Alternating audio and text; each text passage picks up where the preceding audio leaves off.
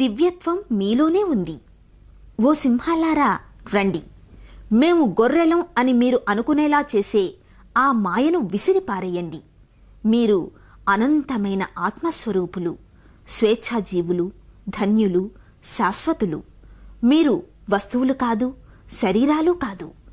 వస్తు సంపదలు మీ బానిసలు, మీరు వస్తు సంపదకు బానిసలు కారు అని స్వామి వివేకానంద ప్రబోధించారు. నమస్కారం. ప్రతిధ్వని కార్యక్రమానికి స్వాగతం. భావి భారత భాగ్య విధాతలు మన యువతరం.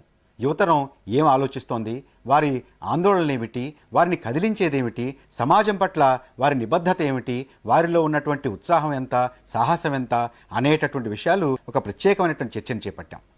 ఈ చర్చలో పాల్గొనడానికి నలుగురు ప్రముఖులు యువత యొక్క అంతరంగాన్ని కూలంకషంగా మధించినటువంటి వాళ్ళు మన స్టూడియోలో ఉన్నారు. ఎస్ఎల్ పద్మ ఉస్మానియా విశ్వవిద్యాలయంలో ఉన్నత విద్యను అభ్యసించిన వీరు అనేక సంవత్సరాలుగా ప్రగతిశీల విద్యార్థి యువజనోద్యమాల్లో చురుకుగా పాత్ర నిర్వహిస్తున్నటువంటి నాయకురాలు. స్వామి పరమార్థానంద రామకృష్ణ మఠం హైదరాబాద్ అధ్యక్షులు, యువతకు మార్గదర్శకం చేస్తున్నటువంటి ఆధ్యాత్మికవేత్త. శ్రీ జ్వాలాముఖి దిగంబర కవులలో ఒకరిగా ప్రసిద్ధులైనటువంటి విప్లవ రచయిత, సామాజిక అధ్యయనవేత్త. శ్రీ సి నరసింహారావు వ్యక్తిత్వ వికాసం పుస్తకం ద్వారా రాష్ట్రంలో సంచలనం సృష్టించినటువంటి రచయిత, మనోవిశ్లేషకులు. నరసింహరావు గారు, మీతో ప్రారంభిద్దాం. ఎలా ఉంది వాళ్ళ యువత పరిస్థితి? వాళ్ళ యువత పరిస్థితి చాలా ఆశాజనకంగా ఉంది. దాదాపు 90% మంది యువకులు తమ సుఖాలను విస్మరించి, తమ సొంత సుఖాలు కాకుండా ఈ దేశం కోసం, కుటుంబం కోసం పాటుపడటం, ఎంతో కష్టపడి చదువుకోవటం, ఎన్నో ప్రతికూల పరిస్థితులు ఇది జీవితంలో పైకి వెళ్ళడానికి ప్రయత్నించడం చాలా ఆశాభంగా ఉంది, చాలా అద్భుతంగా ఉంది. ఇవాళ ఉన్న యువత మన దేశంలో ఇంతకుముందు ఏనాడు కూడా ఒక 20 ఏళ్ల క్రితం, 30 ఏళ్ల క్రితం ఉన్న యువతకి ఈనాటి యువతకి సంబంధమే లేదు. వాళ్ళు చాలా ఉన్నత స్థాయికి చేరుకుందని నేను నమ్ముతున్నాను. స్వామీజీ, మీరు చూసినటువంటి యువత యువకుల గురించి మీకేమనిపిస్తుంది? వారు చెప్పినట్టుగా చాలా ఆశాజనకంగా ఉంది. ఈరోజు వివేకానంద స్వామి పుట్టినరోజు 12 జనవరి భారత యువజనోత్సవంగా మనం జరుపుకుంటున్నాము.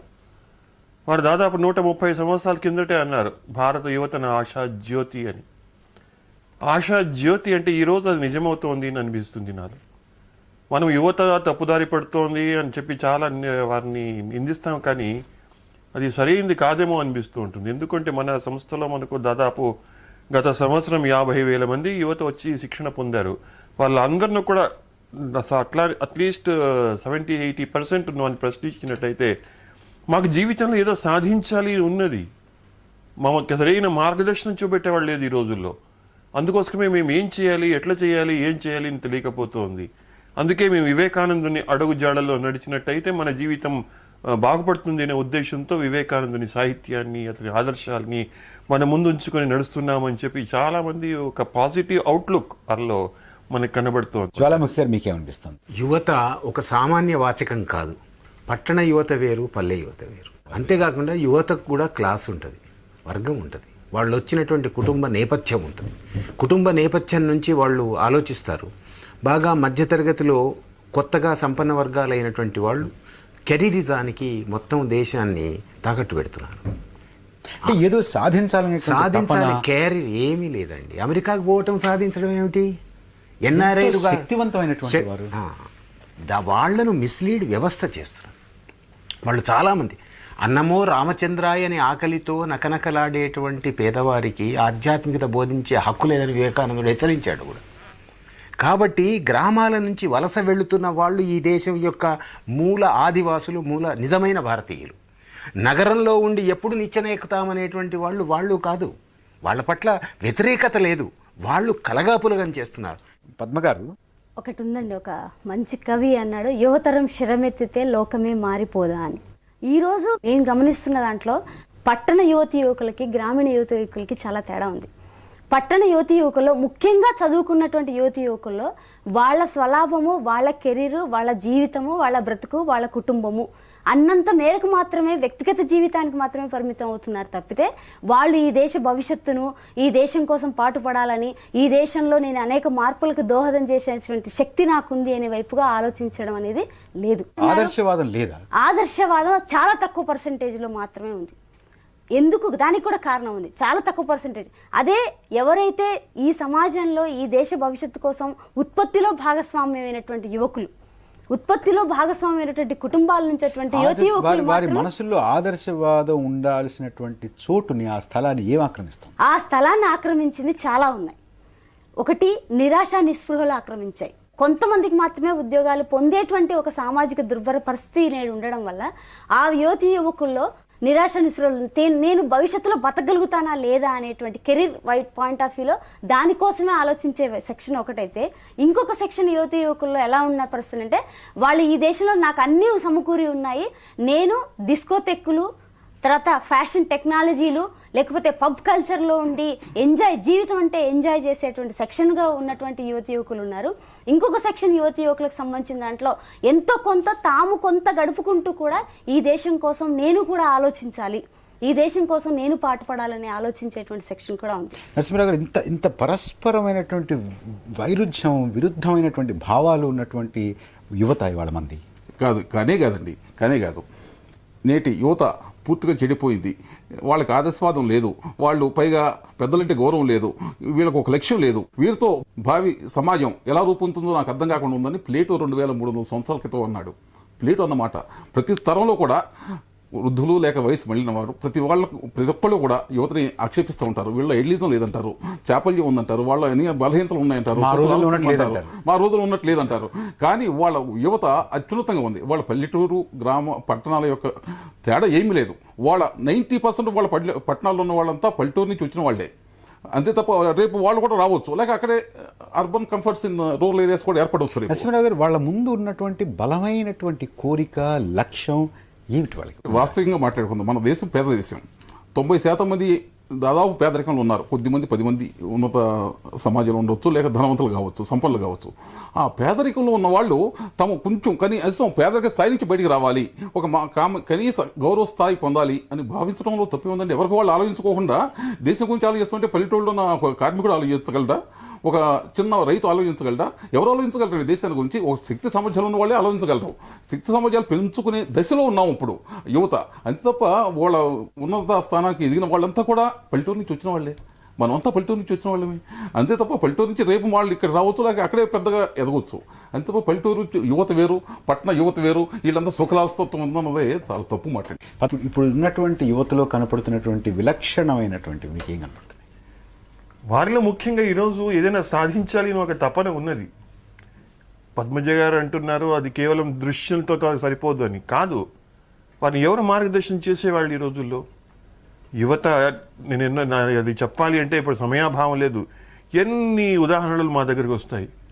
మేము ఏమైనా చేయాలండి దేశానికి, మాకు ఉన్నది ఇతని తపన ఉన్నది వాళ్ళు ఎంతోమందికి. అయితే మాకు ఏం చేయాలి అని తెలియటం లేదు ఇక్కడ. అందుకోసం మేము అమెరికాకి వెళ్తున్నామే, కానీ మాకేం అమెరికాకి వెళ్ళాలి అని ఏం కోరిక లేదు. మా దేశంలో అవకాశాలు లేవు కాబట్టి అక్కడ వెళ్తాం. వెళ్ళినా కూడా అక్కడ స్థిరపడి ఉండాలి అని కూడా లేదు మాకు. మా పిల్లలు ఇదే ఒక వాతావరణంలో పెరగాలి, ఈ సంస్కృతిని పెరగాలి వారు. ఇలాంటి ఉత్తమమైన ఆదర్శాలు వాళ్ళు ఉన్నాయి మనకు. అయితే అది కనబడకుండా ఈరోజు ఏం చేస్తున్నాం, ఊరికి యువత అంతా పాడవుతోంది. వాళ్ళ నకారాత్మకమైన భావాల్ని ఎక్కువగా మేము నింపుతున్నామే. కానీ తల్లిదండ్రులైనా కానీ, ఉపాధ్యాయులైనా కానీ, ఇప్పుడు మన కాలేజీల్లో, స్కూల్స్లో సెక్స్ ఎడ్యుకేషన్ ఇంట్రొడ్యూస్ చేయాలి అంటారే కానీ బ్రహ్మచర్యం గురించి ఎందుకు చెప్పరు వారు? మీ నిగ్రహాలు ఎందుకు? ఎంత నకారాత్మకమైన విద్య తయారైంది. వివేకానంద సెడ్, ఎడ్యుకేషన్ అనేది మమ్మల్ని సకారాత్మకంగా, క్రియాత్మకంగా చేసేది నిజమైన విద్య, కానీ నీకు అందరినీ నకారాత్మకంగా తయారు చేసి. స్వామీజీ, అసలు యువతని ఈ తప్పుదో పట్టిస్తున్నటువంటిది, ఆదర్శం లేకుండా చేస్తున్నటువంటిది, ఏం చేయాలి, ఎవరి వైపు చూడాలి అనేటువంటి ఈ పరిస్థితిని కలిగిస్తున్నటువంటి శక్తులు ఏమిటి?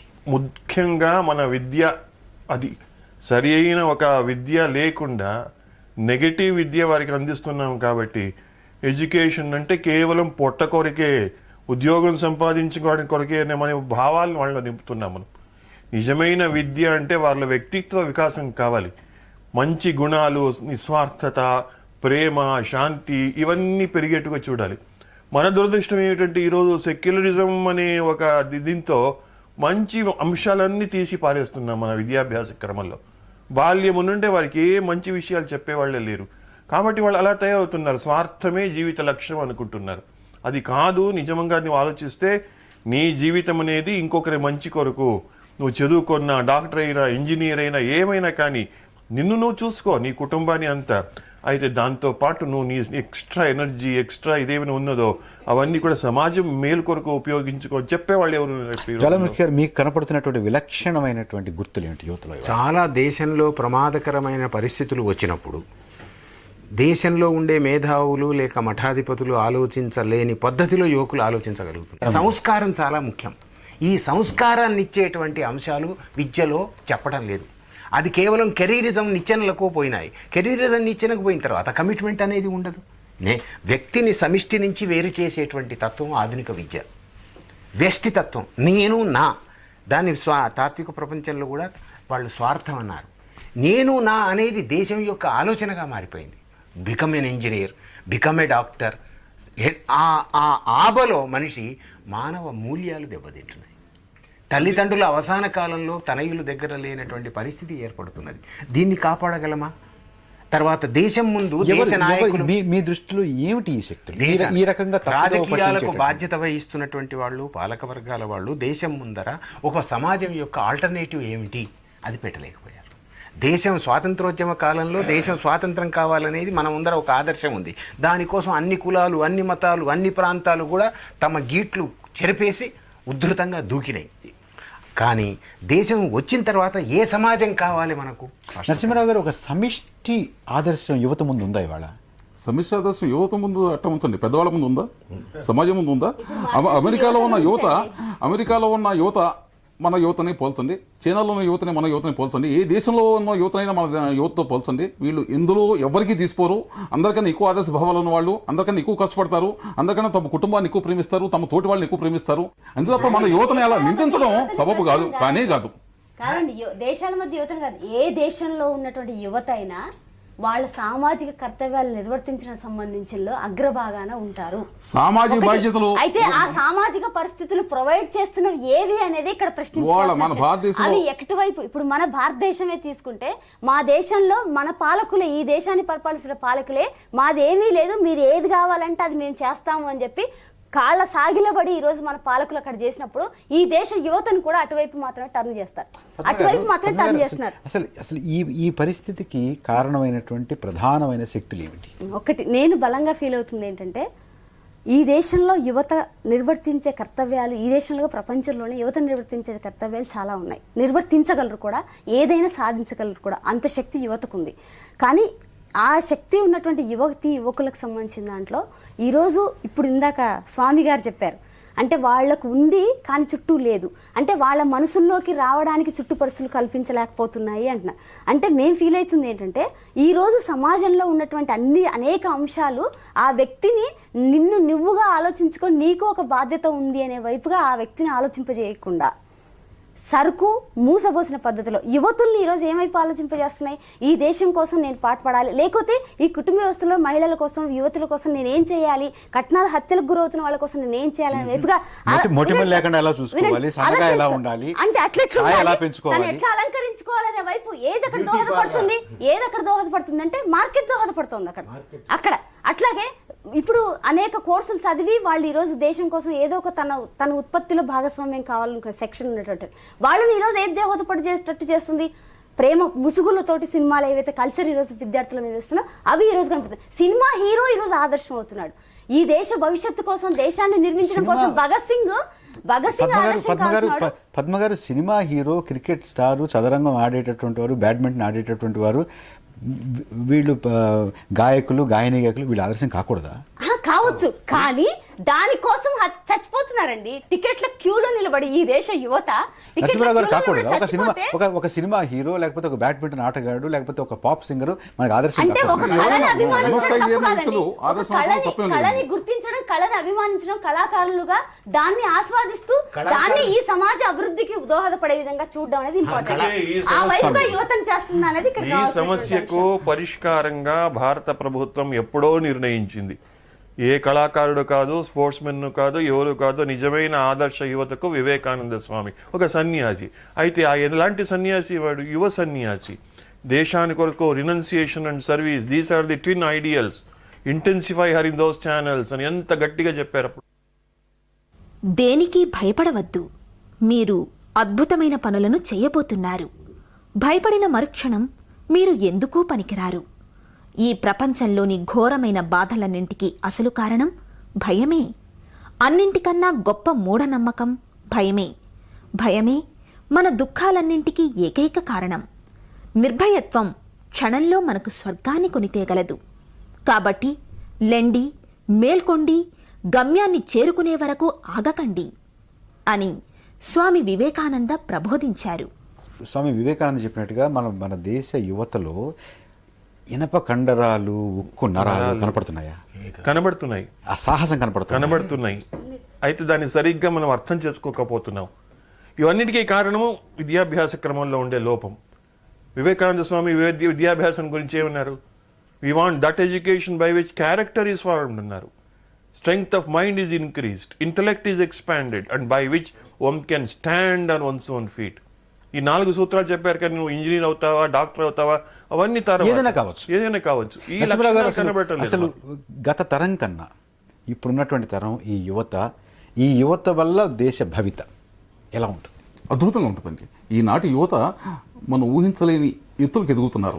ఒక సామాన్యమైన ఏం చదువు లేనివాడు కూడా కంప్యూటర్లో వాళ్ళ గొప్ప పరిజ్ఞానాన్ని ప్రదర్శిస్తున్నాడు.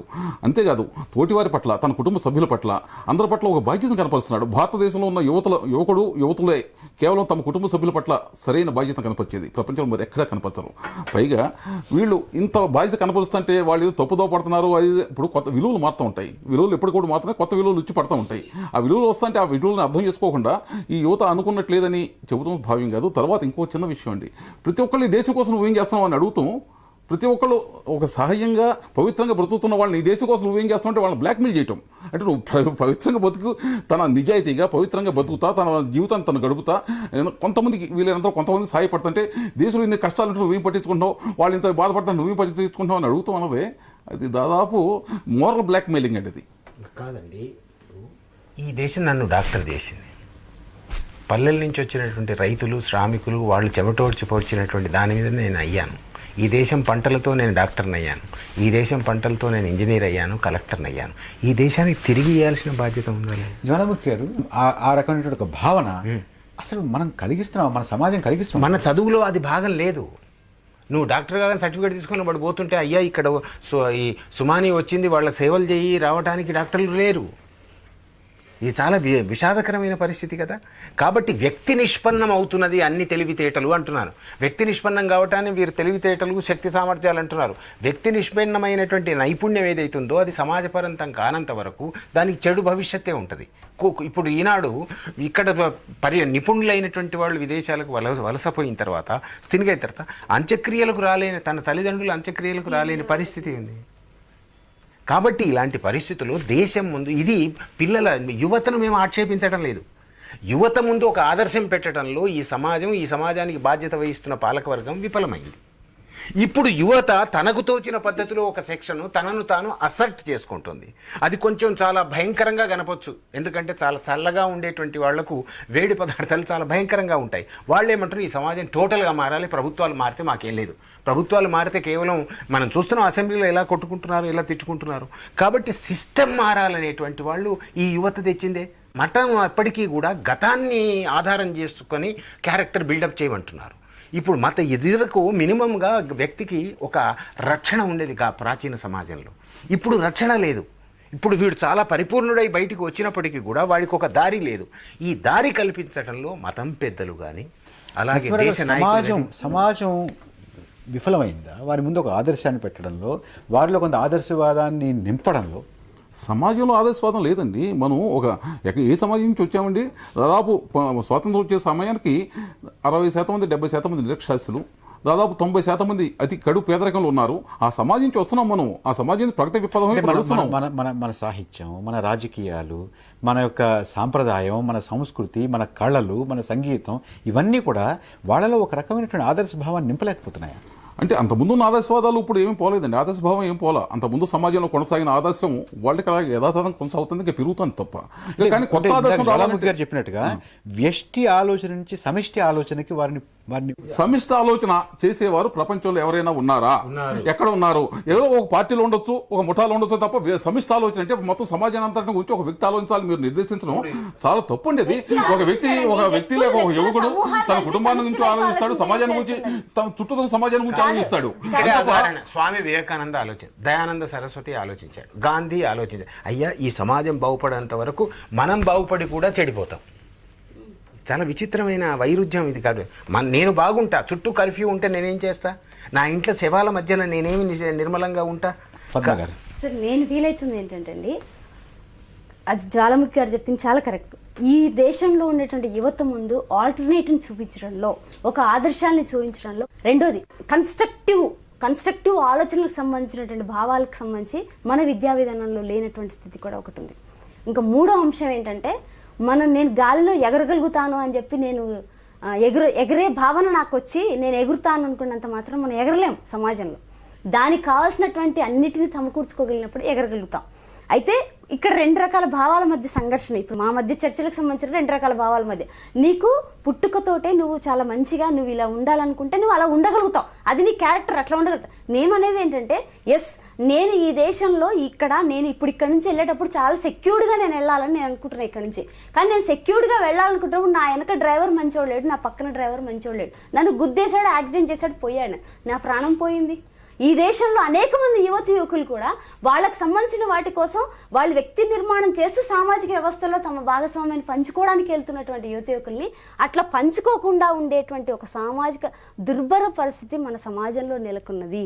పరాయీకరణ నెలకొన్నది, ఆధారపడే తత్వాన్ని నెలకొన్నది, స్వతంత్రతతో వ్యక్తిత్వంతో నిలబడేటువంటి ఫౌండేషన్ అనేది మనకి లేదు. ఆ ఫౌండేషన్ ఉండకపోవడానికి కూడా ఈరోజు నేను ఒక యువతిని, నేను పోతున్నాను రోడ్డు మీద, ఒకవైపు నాకు అడుక్కునే ముసలోళ్ళు కనబడుతున్నారు, ఒకవైపు రోడ్డు మీద బస్ స్టాప్లో నిలబడ్డే అమ్మాయిల్ని టీజ్ చేసేటువంటి యువకులు నాకు కనబడుతున్నారు రోడ్డు మీద, మరోవైపు నేను వెళ్తూ ఉంటే ముందుకెళ్తూ ఉంటే చంటి పిల్లలు నన్ను అడుక్కునే వాళ్ళు కనబడుతున్నారు, మరోవైపు కార్లలో కుక్క పిల్లలు పెట్టుకొని బిస్కెట్లు తినిపించేవాళ్ళు నా చుట్టూ కనబడుతున్నారు.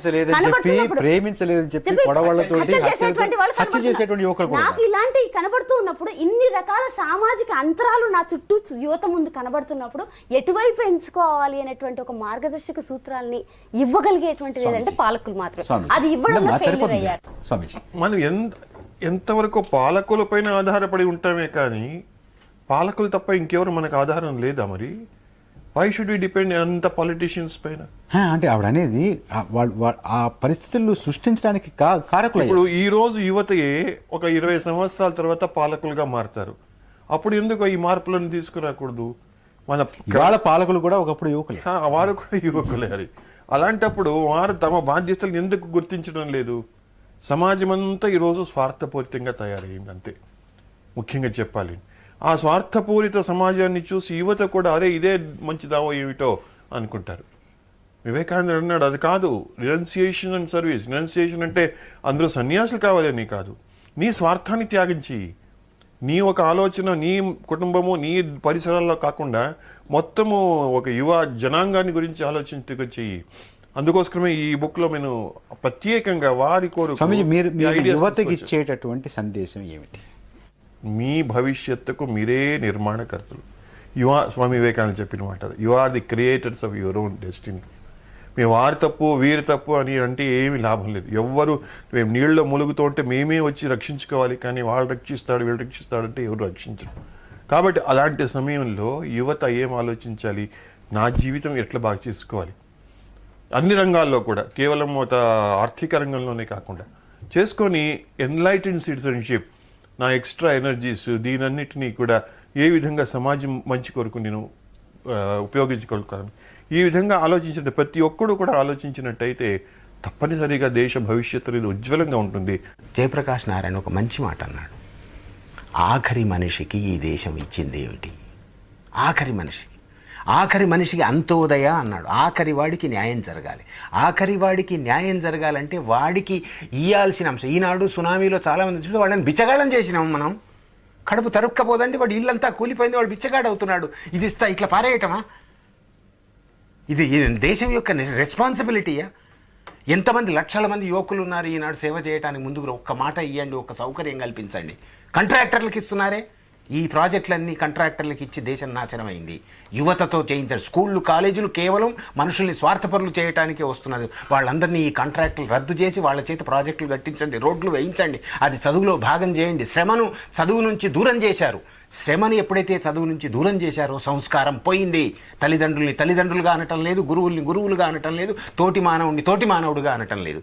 కాబట్టి మనకు అమెరికా మోడల్ కాదు, సర్వీస్ సెక్టర్ అయిపోయింది. సర్వీస్ సెక్టర్ కాక మనకు అమెరికా మోడల్ కాదు, లేదా మిగతా దేశాలు మోడల్ కాదు. మనకు మన దేశం యొక్క వారసత్వం గాంధీ, వివేకానందుడు, ఇక్కడ ఉండేటువంటి భగత్ సింగ్, వీళ్ళు మనకు ప్రేరణలు. సృజనాత్మకతలోనూ కార్యసాధనలోనూ మన యువత ప్రపంచంలోని ఏ దేశంలో ఉన్నటువంటి యువత యువకులకి కూడా తీసిపోయినటువంటిది. అయితే మన దేశంలో ఉన్నటువంటి యువత రాను రాను తమ గురించి ఎక్కువగా ఆలోచిస్తోంది, సమాజం గురించి వారి యొక్క ఆలోచన, వారి యొక్క ఆరాటం తగ్గుముఖం పడుతోంది అనేటటువంటి వాదన కూడా వినపడుతోంది. వారికి ఉన్నటువంటి తెలివితేటలు, సాహసం, ఉత్సాహం, బలం ఇవన్నీ కూడా మన దేశం యొక్క పురోభివృద్ధికి చాలా ఎక్కువగా ఉపయోగపడాలి అనేటటువంటిది అందరూ కాంక్షించేటటువంటిది. ఆ దిశగా యువతని మార్గదర్శకంగా చేసి నడిపించాల్సినటువంటి అవసరం కూడా మనందరి మీద, సమాజం మీద, ప్రభుత్వం మీద ఉంది అనేటటువంటి విషయాన్ని మనందరూ కూడా అర్థం చేసుకోవాలి. ఈ చర్చని ఇంతటితో ముగిద్దాం. రేపు మరొక ముఖ్యమైనటువంటి అంశం మీద చర్చతోటి ప్రతిధ్వని కార్యక్రమం మీ ముందుకు వస్తుంది. నమస్కారం.